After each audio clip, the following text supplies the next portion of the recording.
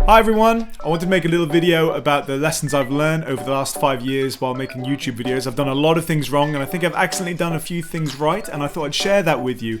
The reason being, I recently hit 20,000 subscribers, which is mad. I never intended for that to happen. And I promised myself I'd never make a thank you video because it makes it seem like I'm actually intentionally chasing the subscribers, which I joke about with my students all the time, but that's not what the purpose of this channel is. It's all about like making stuff which is going to help people, help my students who are studying film and media. So today we're going to take a quick look at the 5 biggest things I've learned since I've been making these videos. So the first thing I want to talk about is letting your channel evolve naturally, which is kind of what I was talking about a minute ago when I said it wasn't really the purpose of this channel. When I started, and when you look back at my earliest videos, it was really about I wanted to make videos to kind of like help me out in the classroom for things that I found I was saying again and again and again over the course of a single lesson, especially if I was doing stuff like Photoshop. So to help me with those questions like, how do I do this in Photoshop? I wanted to build up a resource of, oh, just watch this video, that's how you do it. And then it kind of evolved into something that I could use to help me with my own learning of my subject. And I thought, well, if I don't feel very strong on this particular theorist, then I'm going to research it, I'm going to make a video, I'm going to make myself the expert, and I'm going to do that by teaching. So, although the channel started off as one thing, it then ended up being something else where like, oh wow, well those videos ended up being really popular. I'm going to make more of those because people seem to get the most out of those. And it just kind of like went from there. So the first thing I've learned is let your channel evolve naturally because you never know where it's going to go. The second thing I would say is the best time to start making videos if you're considering it is right now. Don't hold up for, oh, but I need the right microphone or I need the certain camera or anything like that. Again, if I look back to my earliest videos, I was just filming using the camera on my laptop and they look kind of rubbishy. But you learn through mistakes and by watching other stuff and watching back what you've made, and they get better, but you just got to start making it. Stop making excuses and just go ahead and start making videos. That's the next thing that I've really learned.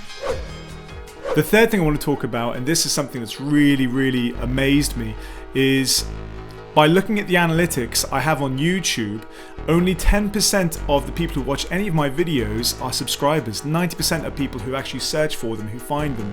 So the lesson here is, in YouTube, thumbnails and titles are everything. If someone is looking for your video, they need to literally type it in. So you need to name it something obvious. You almost need to think like the viewer. Forget about what I think it is. What are they actually looking for? That's what you've got to kind of think like. And then once they search for that, when there's like several thousand options come up for that question, what is your thumbnail going to show that actually makes people want to click it? The fourth thing I've learned is you can't predict the success of a video, so give every single video the same amount of attention. Now the reason I say this is, I can think back to videos I've made in literally like a lunch break.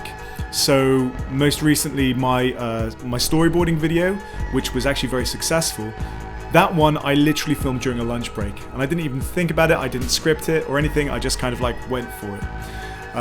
Whereas I think back to other videos, I made one about Butch Cassidy and the Sundance Kid, one of my favourite films, and I poured my heart into that one. I scripted it and I researched it, I did absolutely loads. That one didn't really get any notice whatsoever. So the thing I've kind of learned is almost give yourself a benchmark amount of time to make a video. Like maybe it'll take you a few hours, that's kind of like how long mine take. Try and stick to that because there's no telling what people are going to want to watch or not. And the final thing I've learned from making YouTube videos is making stuff is really good for you. I found it really good for me during lockdown in terms of my mental health and just my creative output. So, I mean, I know it doesn't have to be videos, whether you're an artist or a photographer. For me it is videos, but making stuff is really good for you. So I'm really grateful to YouTube. I'm grateful to the people who watch my videos, who give me the momentum and the drive to actually want to make them, because it's really good for me. I just love to create stuff and it keeps my creative mind thinking. So thank you. So that's all for today, guys. I said it was going to be a quick snappy video. Once again, thank you very much for watching, and this has really given me the drive to start making videos more often, so hopefully you'll see an awful lot more in the future. Bye for now.